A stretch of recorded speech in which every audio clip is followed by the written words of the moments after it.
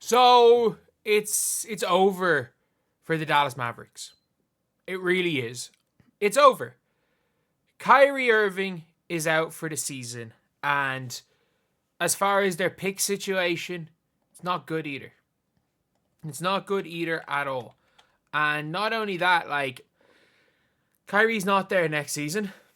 They don't own their first round picks in 2027, 28, 29, and 2030.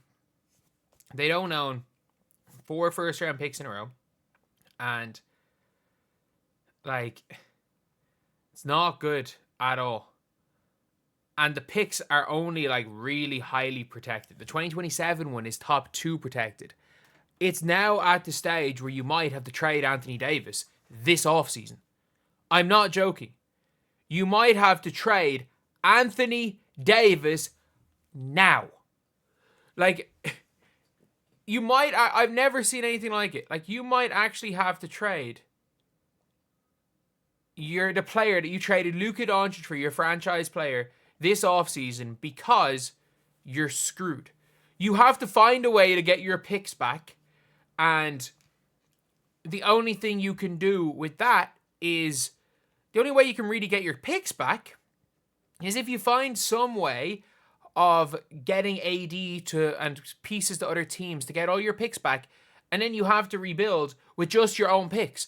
Whereas some other teams are able to trade their big stars and get picks to rebuild. You will be lucky to get your own picks back. Because Kyrie's not playing this year. Kyrie might not be playing next year. Like, not even Kyrie might not be playing. Kyrie won't be playing next year. The only chance that Kyrie Irving plays next year is if a team if he's there, if his team is going to make the playoffs without him, he'll be back for the playoffs. It'll be one of those type of things with Kyrie Irving next year. And other than that, there's just no reason why Kyrie would come back early. Because it's coming back early. Because otherwise, like, coming back at a normal time, he'd still be, if he came back at a normal time, he wouldn't be playing at all next year. So with that being said, like, Kyrie Irving is in a really weird position, and the Mavs are in such a bad position. Like, the Mavs screwed, I think, is the best way to describe the Dallas Mavericks. Because they well and truly have got nothing going for them. They don't. There is nothing going for this team. And, like, you've got, no picks. Maybe you have this year's pick, but you're not getting any of this year's pick. You have next year's pick, sure. You don't have your picks into the future.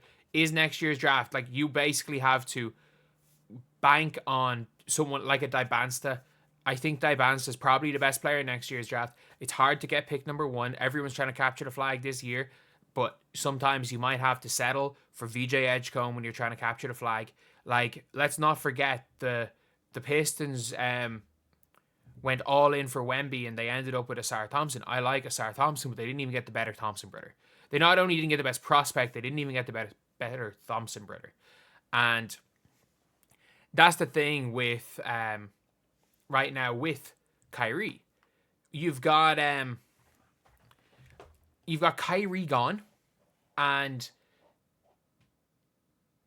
even if you have to trade AD now because you're out of the running for Dibansta.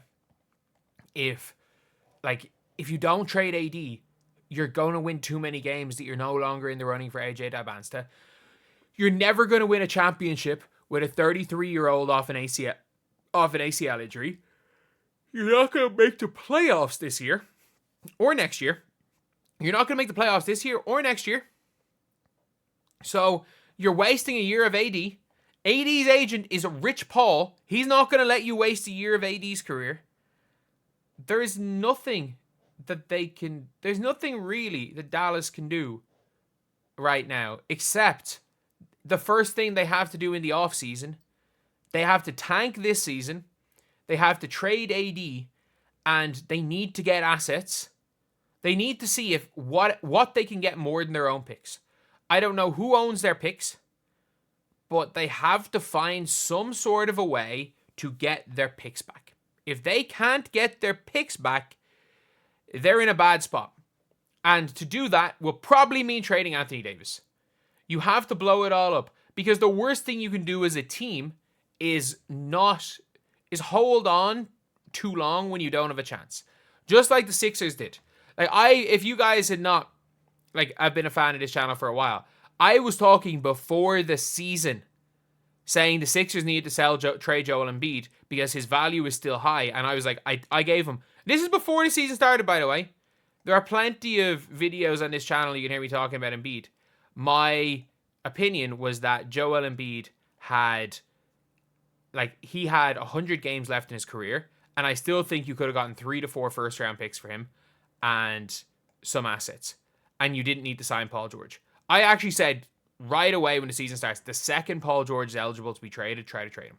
See what you can do to trade Paul George, because even early on, I knew it wasn't really going to work out for Paul George. But with Embiid, it was very obvious in the Olympics. Once you hear about swelling after playing, you know it's over. You know it's over.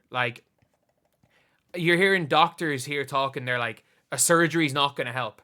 It's literally going to be the things they're doing right now, the draining, the injections, and that's what he's going to need to play. And that'll probably keep him at 30 games a year. So you could have gotten something for Embiid. You held on too long with Embiid. The problem is that Anthony Davis still has some value. I don't know how much. I know whoever trades for Anthony Davis and gives the Godfather package for Anthony Davis is going to regret it. And the Dallas Mavericks keeping Anthony Davis just screws them short term. And it screws them long term, because the longer they hold on to AD, the less likely they are to get a package for AD that will make them be able to get every one of their picks back. And Nico Harrison's an idiot, so they're going to hold on to AD. And yeah, all in all, the Mavs are screwed. The Mavs are absolutely screwed.